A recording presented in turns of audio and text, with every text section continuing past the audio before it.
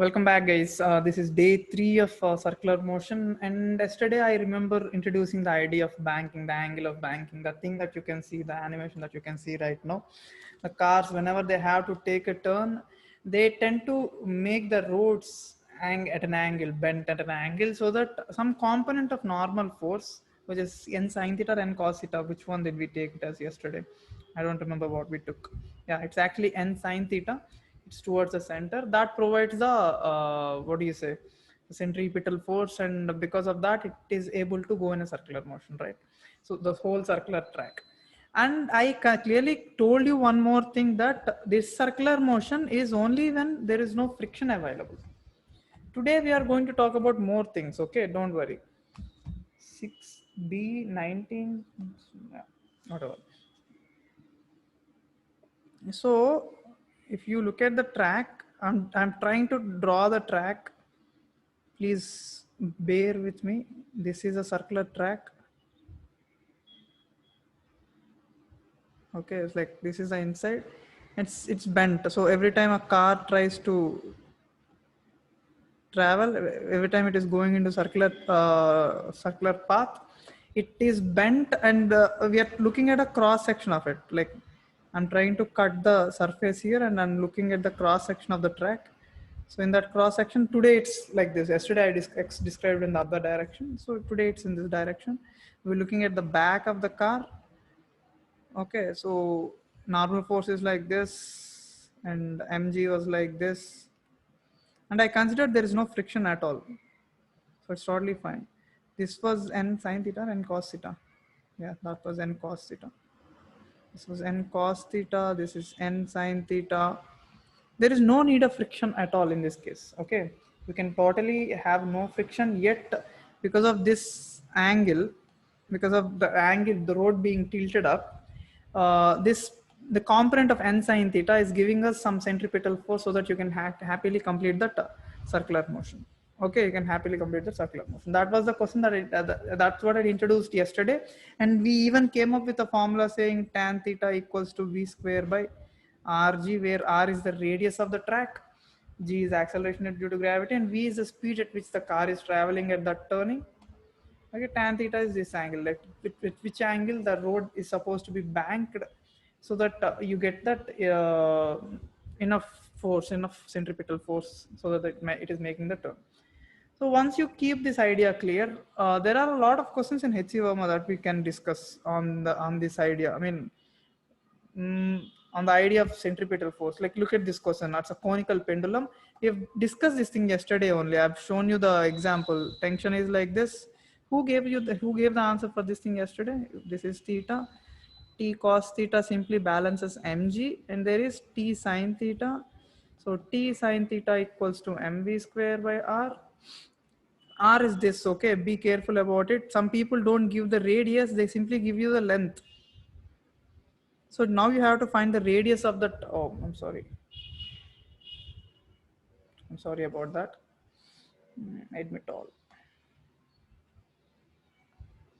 So where was I? Let me just rephrase this whole thing. Yeah. So in this conical pendulum problem, the tension is acting like this. There is a component of vertical component. There is a horizontal component T cos theta, T sine theta. T cos theta is simply balancing the weight of the body. T sine theta balances mv square by r. I mean, it is providing you the mv square by r, the centripetal force. When you write r, be careful. He didn't mention the r. He never gave you the radius, but he gave you the length. So using the trigonometry, you can find the radius from the length. You put it there, you find the answer. So some people actually ask you the tension value in the conical pendulum problems. You can actually solve it. There is no big deal here. All you have to do is find a force which is acting towards the center, and the problem is done. And there is this problem. Don't worry about this problem yet. I will discuss this problem separately on the further topics. Look at this problem. This is also quite interesting. Like, there is a circular motion where the body. Oh, that's a big circle, way too big, where it is going in a circular motion like this. Okay, so the radius of the orbit becomes L plus this is additionally L sine theta. So this entire thing is the radius of the orbit. This entire thing is L plus L sine theta is the radius of the orbit.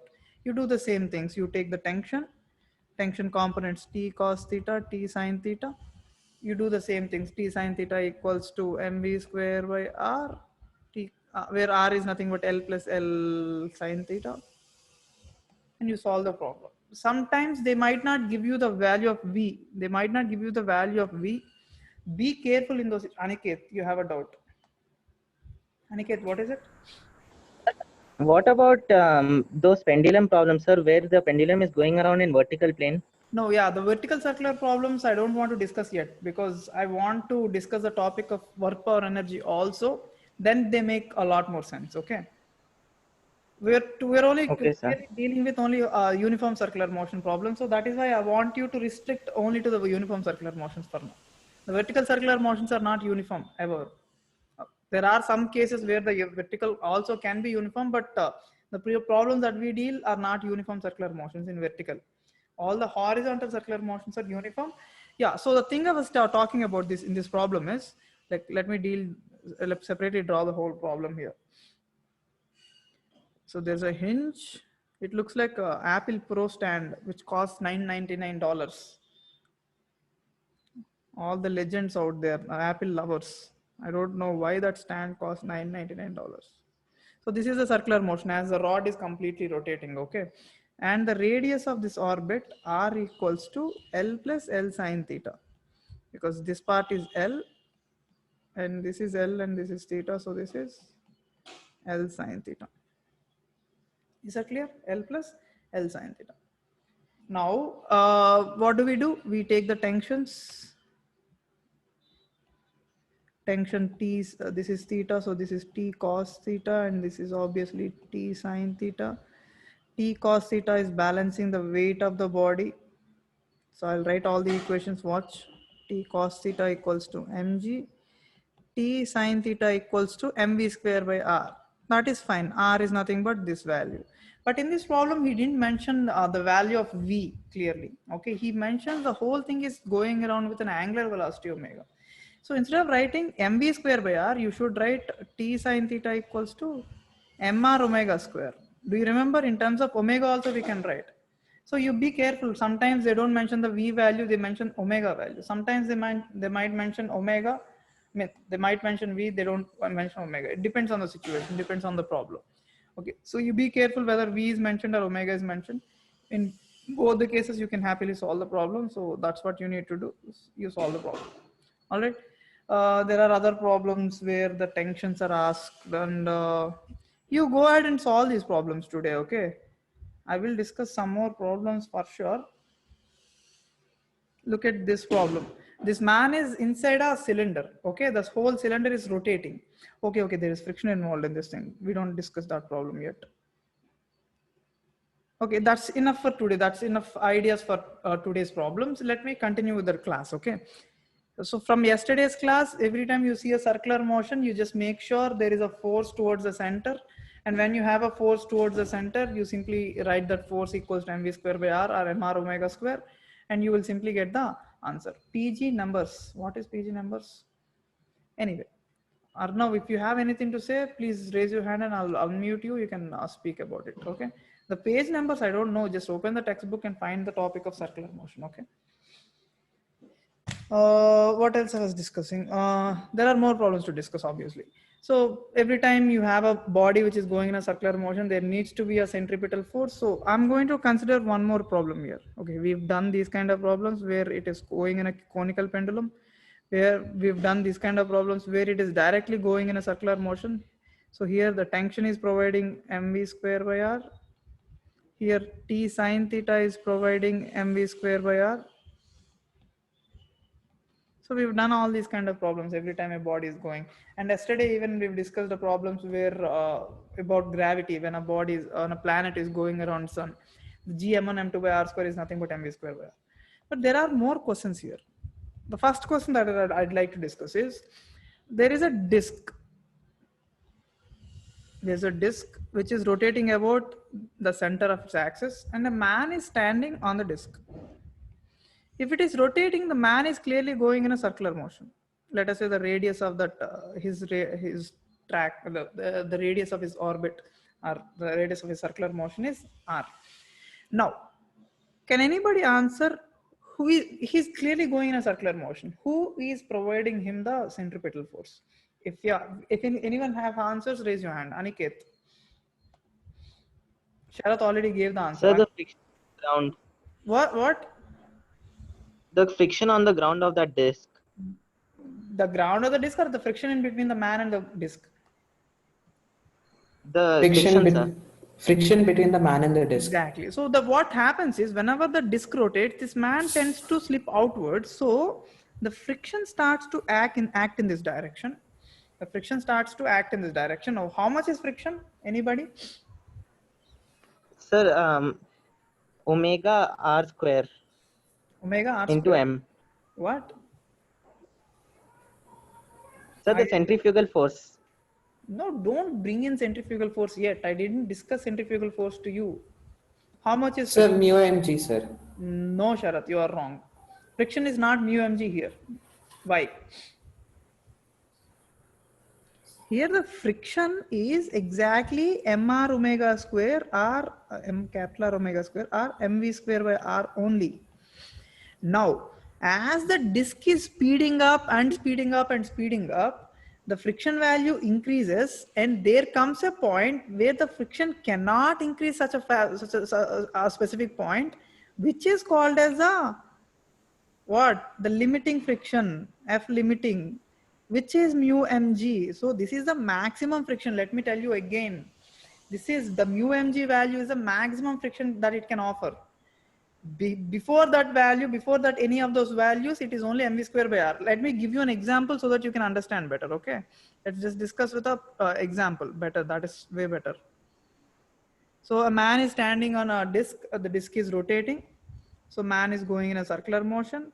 Let us take the mass of the man as some 40 kgs, and mu in between him and the ground is mu is 0.4. Mu is 0.4. Okay. Now let me tell you this thing. Mu mg, how much is mu mg?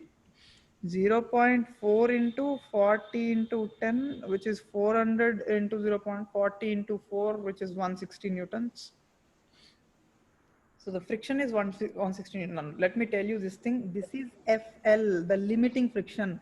The maximum friction that can act in between them is 160 newtons. The friction is not always. Let me tell you a case. Let me tell you a case where he's standing on the disc. Sharath and Aniket, raise your hands again.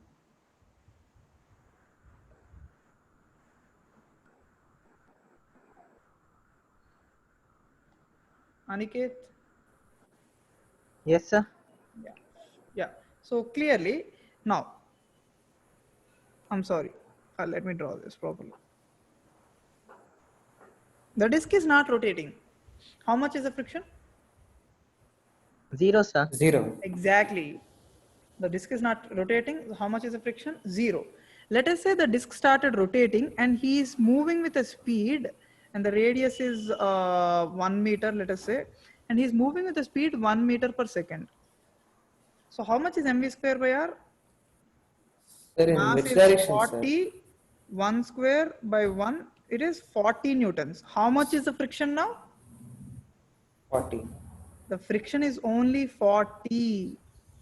Sir, in which direction is the man moving, sir? The man is going in a circular motion. Okay, so So yeah, the circular motion, the tangential velocity is not going up. Tangential I cannot velocity. draw the velocity upwards into the paper, right? So the tangential velocity. Yes, sir, got Aniket? it, sir. Yeah.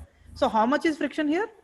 It is 40 newtons only, but we calculated 160. What is this? 160 is the maximum that it can offer. So if only he's traveling with 1 meter per second, the friction is 40 newtons only. Let us take another case where he increased his velocity. Now he is going with a speed 5 meter per second. Let us calculate mv square by r. Mass is 40, his speed is 5 meter per second square by 1. So 40 into 25. How much? 1000, sir. 1000. Now, can 1000, it sir. offer 1000? Can the friction offer 1000? No, sir. No. So the friction will only offer 160. So he will not go in a circular motion. He will just get slipped away out of the plane. You getting my point? Yes, And he sir. was at 1 meter per second. The friction is 40 newtons only. So the surface can easily offer 40 newtons and he can go. When is it 2 meter per second? Well, let us calculate for 2 meter per second. How much is for 2? Let us take V. 160, sir. Mv square by R. We're calculating. 40 So 160, into, sir. yeah. 1. So it is 160 newtons. So at 2 meter per second, he will definitely still go in a circular motion because he can offer 160 newtons. But beyond that point, if only the disc starts going, I hope everyone's getting the point clearly. When he was at rest, the friction was 0. He started moving, the friction increased to 40 newtons when he is 1 meter per second. When V was 2 meter per second, the friction increased to 160 newtons. He can definitely offer, so he will still go in a circular motion. But when the V is becoming more than that, more than 2, if only V is greater than 2, the friction cannot increase beyond this point. Now he will slip away. You getting? Sir, Yeah. sir, can we say that he'll go in an elliptical path? No. Yeah. It is not exactly an elliptical path. It depends on a lot of things. Okay. You don't. Somewhat close to an elliptical path. No. He will simply go in a not even an elliptical path. It depends on a lot of things.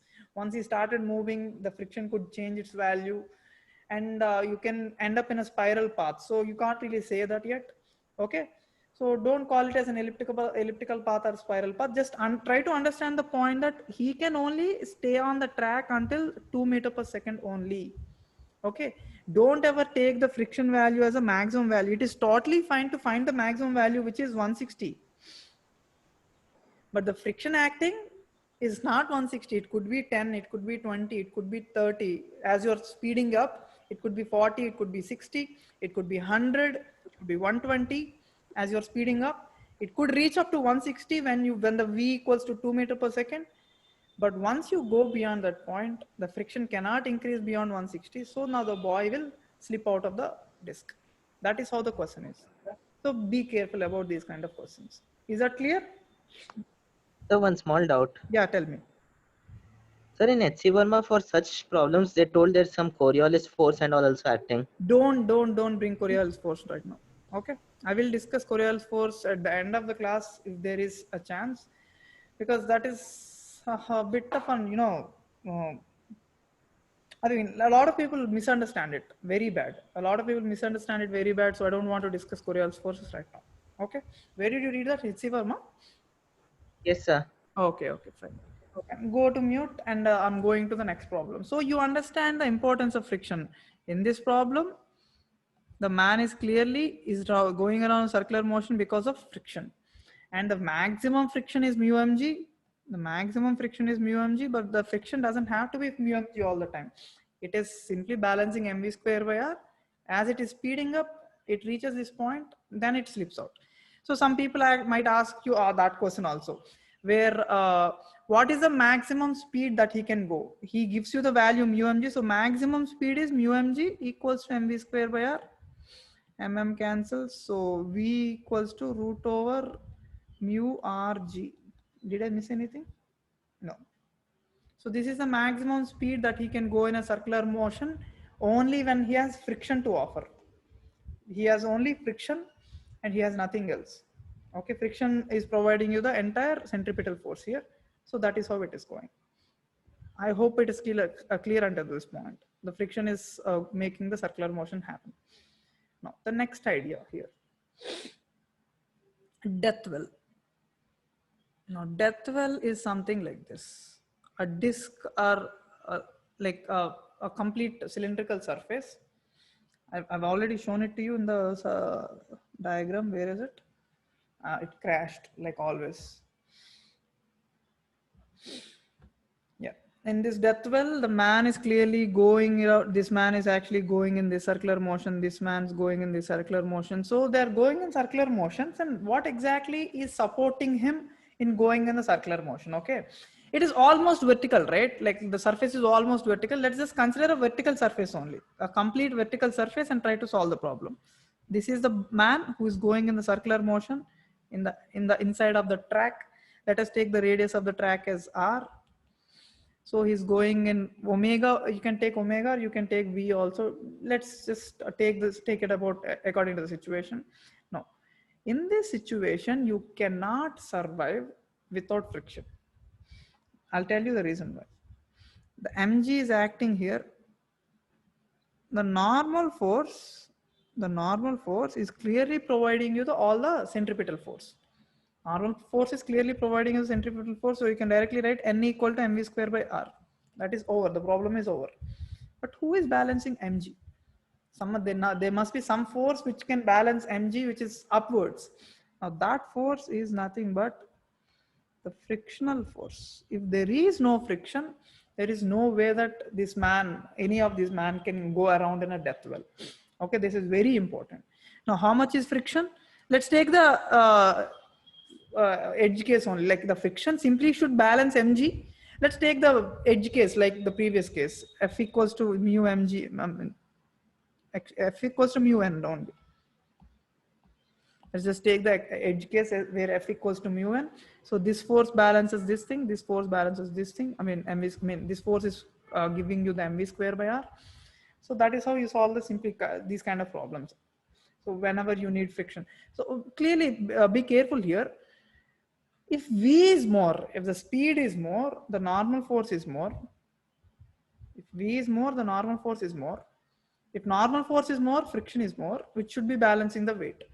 So some people might ask you, I'll just give you a problem. Why not? So a bike, let's just consider this is a bike. Okay. The friction coefficient in between the bike and the tires, the value is 0.4. Okay. And the bike, the entire mass for both of them is m equals to 100 kg. Let us just take m equals to 100 kg. Find out the speed at which he must go around. Find out the speed he must go around so that he is stable there. He can he can actually complete the circular motion. So friction and speed are in which proportion? Direct or inverse? You will see. Let us consider friction upwards, mg downwards, and normal force providing you the centripetal force. Okay.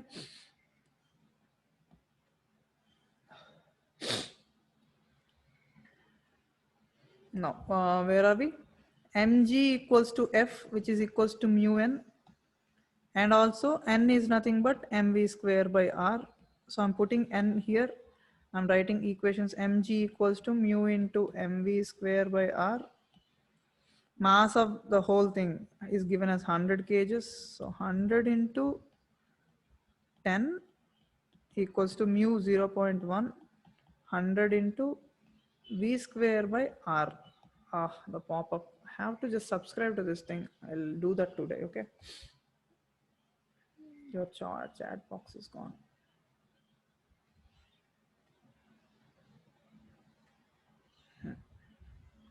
So of course the radius must be mentioned. I'm sorry about it. Let us take the radius as 5 meters. Okay. In the problem, the radius has to be given. So 10, 100 cancels each other. 10 is 0.4 v square by 5. So if only you solve this problem, you will get the speed at which he must go. The guy who's in the death well. Add it again. Very good. So the speed at which he's going around. The speed at which is going around must be found. Okay. So here in this problem, mg is acting downwards on him. Friction is acting upwards. And normal force is towards center. That normal force is providing you the what? mv square by r. That is how the death well problems are actually taken care of. No wonder it is called as death well, because yeah, there is a heavy chance if you don't maintain the speed, there is a chance that you crash. When I went there was an accident. Like out of 2 or 3 times I visited a death well, to watch it, there was an accident once. So I didn't really watch it. I was about to enter into that station and there was an accident, so we had to leave. So that is how the idea of death will actually comes. Okay, so in H.C. Verma there is this problem. Like now we can discuss this problem. Yeah, this man is actually in a cylinder.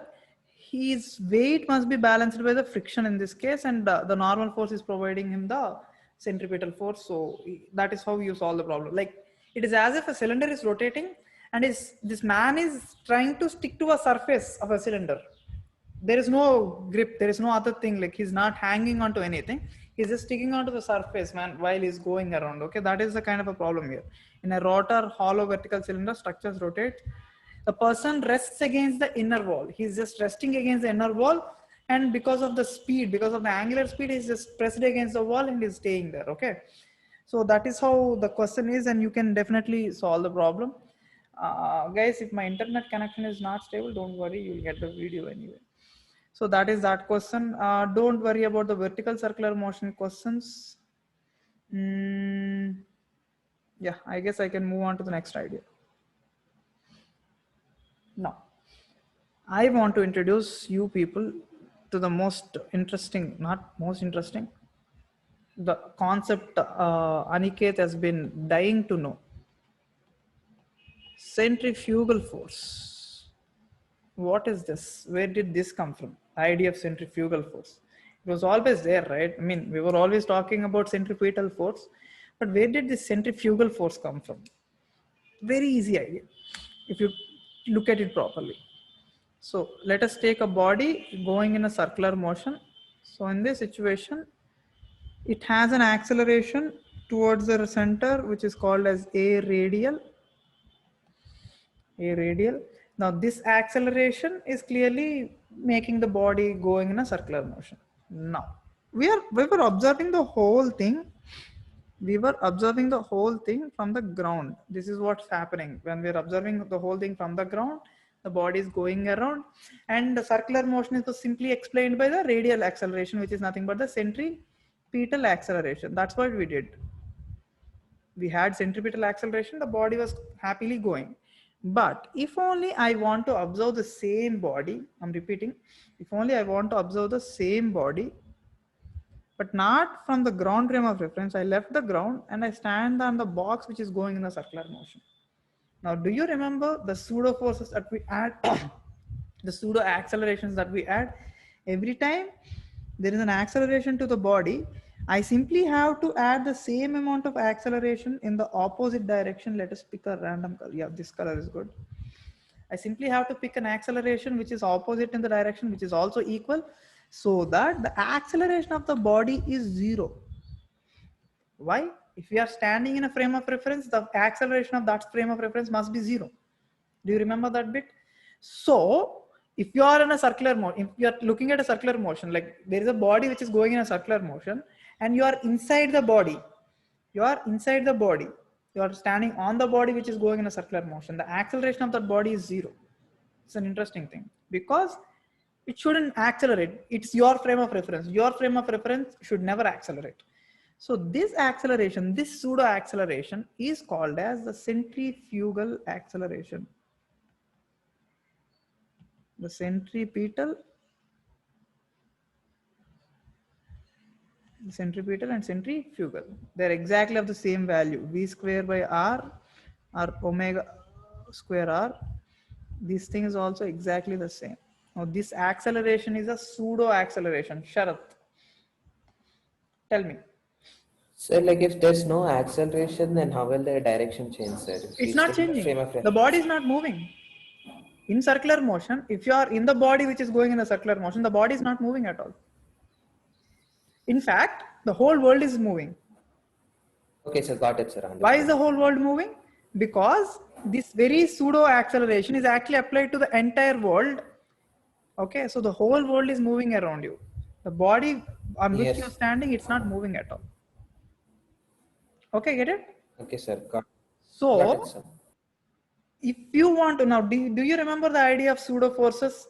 We can definitely solve every problem using pseudo force, without using pseudo force also. We did that in the past.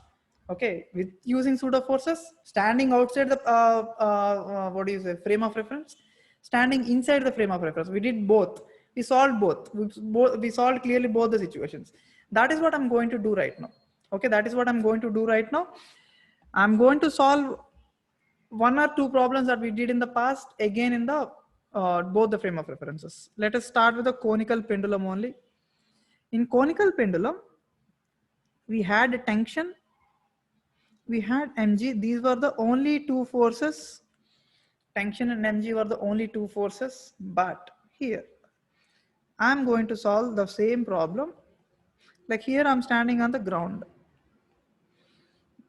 The same problem is being solved by standing on the body.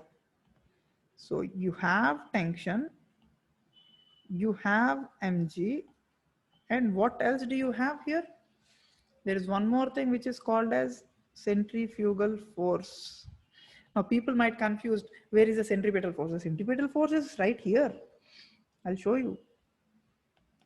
T sine theta was right. This was T cos theta. So T sine theta, T cos theta. Now where is the centripetal force? It's right there in both the situations. The centrifugal force is only in one situation because you're not standing on the ground, you're standing on the body. Okay, we did the same thing in the like previously. How do I solve the problem? T cos theta is solved, I mean, simply balanced by mg. So T cos theta equal to mg, and T sin theta was providing you the T sin theta equal to ma, the only acceleration, which is nothing but mv square by r. I can solve the problem like this, where the body is accelerating. Since I'm watching the body from outside, in this case, the body is accelerating. Now, coming to the case on the right side, the body is not accelerating. Since you are standing on the body is not accelerating. I have to simply equate all the forces and make it an equilibrium. This body is in equilibrium right now. The body, when you're standing on the body, even it's in a circular motion, the body is in equilibrium. So that's why I'm equating all the forces. T cos theta equal to mg, T sin theta equals to mv square by r. We simply equated horizontal forces and vertical forces. Did we get anything different? No. You can solve a circular motion problem completely by standing outside and say the body is accelerating.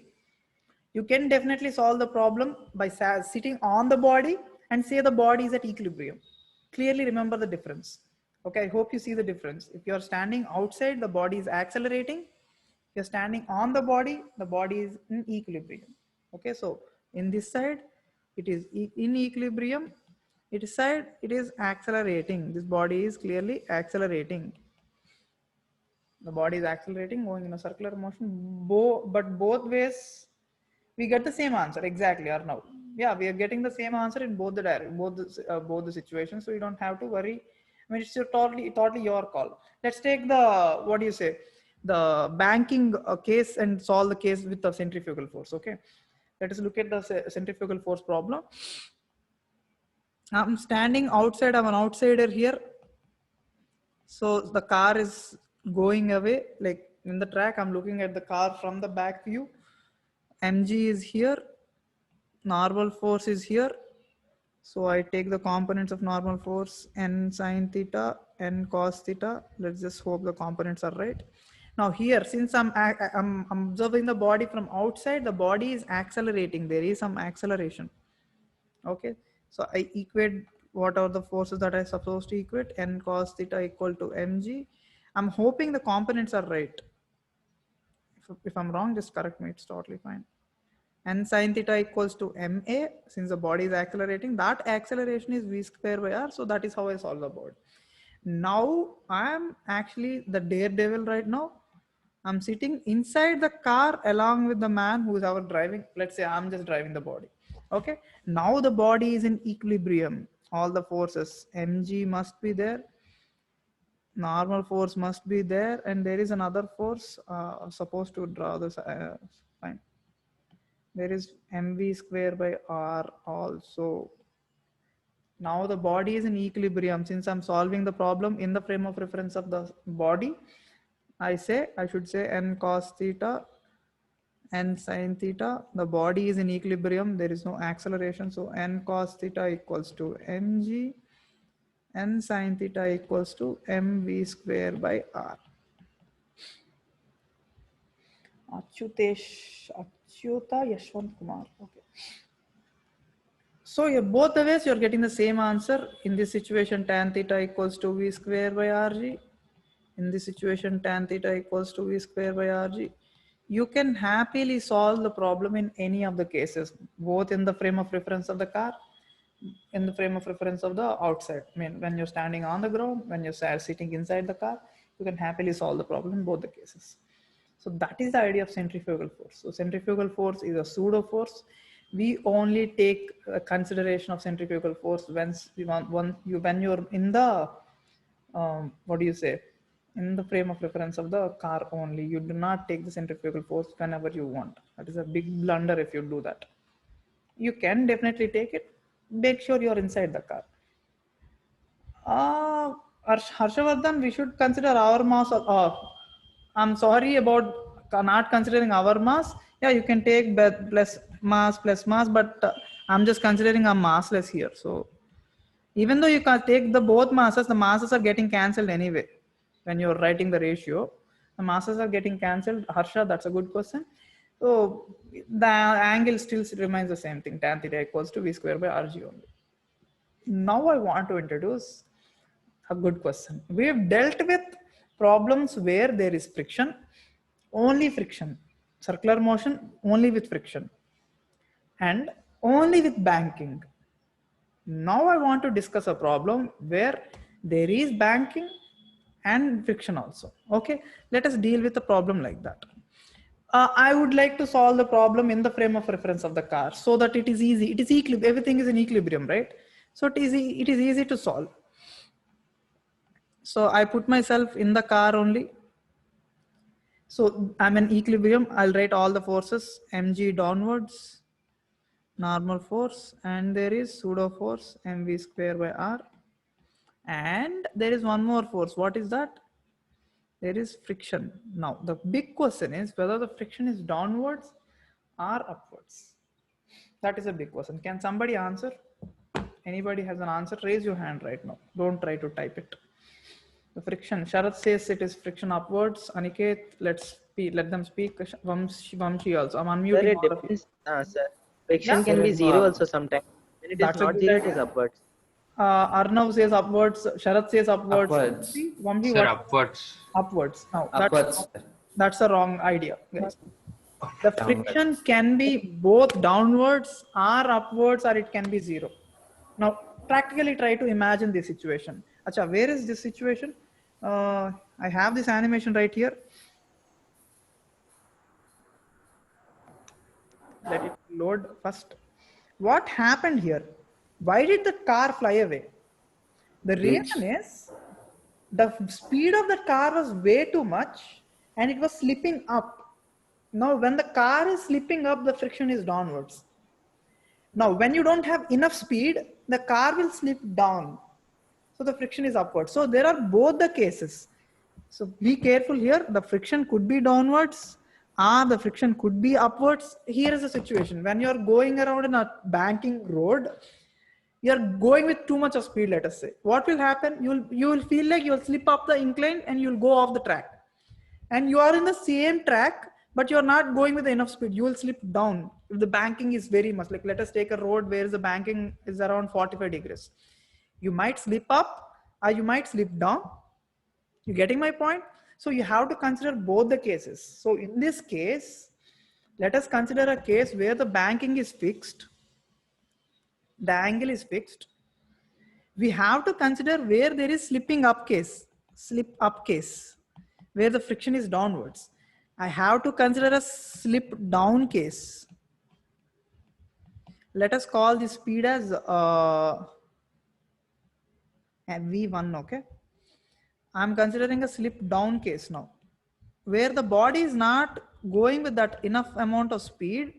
So the body is sliding down the incline. It's going forward, but it is sliding down the incline because the incline surface is like way too inclined. Let us just imagine a case like that. Normal force. Now this is a slip down case, so the friction is upwards now. Of course, there is mv2 square by r. In both the cases, you have to write the values of friction, mu mg cos theta. You have mu mg cos theta as a maximum value, right? In inclined surface, I hope you remember that. Mu mg cos theta is a maximum friction that it can offer in a situation. Oh, no. Here it's not. I'm sorry. Let's forget about mu mg cos theta. Let me first discuss this thing first. So I'm considering both the cases. Let us call this as friction as F1 and F2. I'm considering both slip up case, I'm considering both slip down case, and I'm finding V1 and V2, let us just take. So this is a range of speeds that you should be going on that road. Below that speed, you will slip down. Above that speed, you will slip up.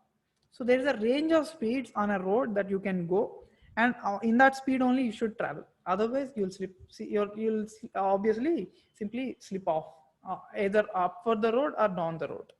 Okay. Let us do a problem and let us carefully do the problem. Let me properly do the problem and show you the values and end the class for today. Okay. It's way too much to take in one day. I'm considering the slip up case first.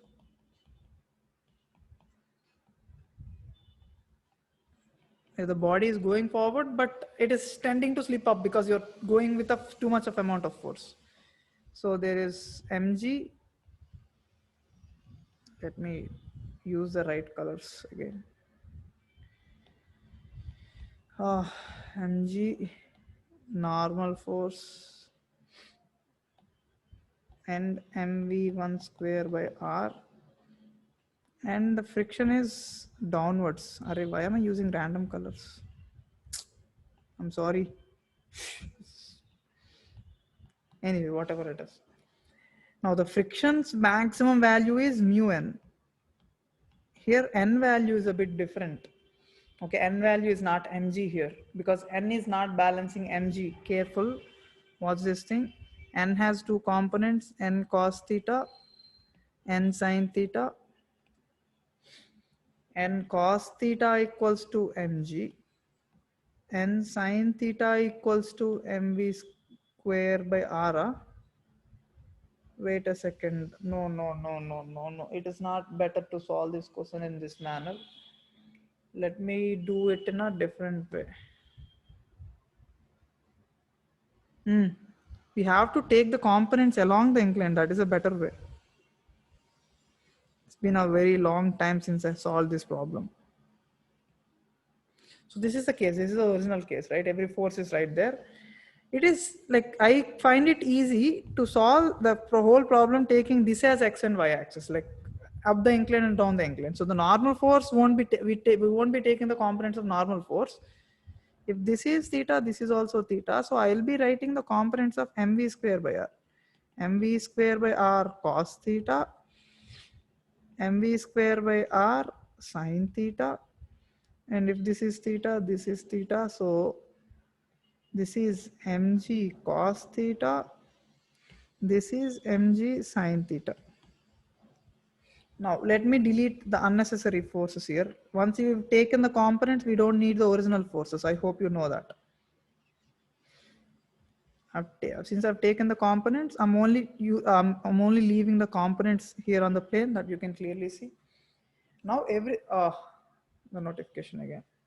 So there is no, all the mg forces and mv square by r forces are taken as components.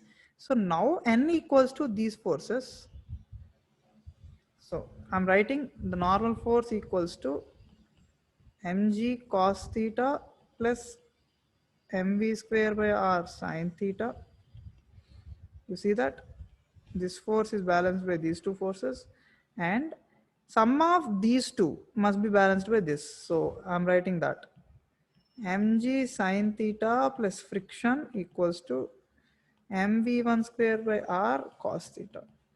Now you write friction equals to mg sin theta plus mu n mv1 square by r cos theta. You put the value of n in there, and from that you can find the v1 value. This entire process needs to be done. I'm sorry about it, but you have to do that. This is a slip up case. You have to repeat the whole thing for the slip down case and find both the values of v1 and v2. This is definitely an advanced level problem. Okay. They might give you a situation like this and ask you both the ranges of speeds. They give you all the values and find the ranges of speeds with which it can travel so that it doesn't slip down or it doesn't slip up. You have to take both the cases and solve the whole problem. So that is the entire idea of taking friction and banking combinedly in a single problem. That is a very big problem, I'm telling you. So you don't have to worry about it. So I hope it is clear. I want you to do it. Okay, so this is the question that you asked Aniket yesterday. Okay, this is what he's trying to find with the friction and banking. You try to look at the problem right now and try to find the ranges of speeds. You'll get a very big equation for sure. Upward slipping and downward slipping, both the cases, and try to do the problems. And in tomorrow's class, I will discuss more problems, and there is one more idea that I should discuss. And once that I discussed it, the horizontal uniform circular motion is over. Okay, there will be vertical circular motion, but the topic comes later when we discuss the work per energy. That is a different topic. We will talk about that later. Okay, so speed directly proportional to friction, but I don't know where Arnav came up with that question. I'm not sure. But anyway, guys, regarding just this syllabus, if you, I mean, regard just today's class, if you have any doubts, raise your hands. Otherwise, I'll end the class. Anybody? Just today's class. Aniket. Aniket, what is it? Sir, when the banking is there or when the car is going in a circular path, Okay. why is the friction static, sir? Oh, that is a good question. I will discuss that tomorrow. Okay. Why is the friction static? When the car is traveling, why is the friction static? That is a very good question. But I will discuss that tomorrow only. I'll have to talk about something called rolling friction. I will tell you about that tomorrow. Okay. Okay, sir. Yeah. I hope there is nothing else for today. So I will discuss rest of the ideas tomorrow. I hope it is clear for everyone. So let's just meet tomorrow, guys. All right, people. Thank you so much. Yeah, the exams videos will be on exam tracker today. Okay, they'll be uploaded today. Thank you so much and bye bye.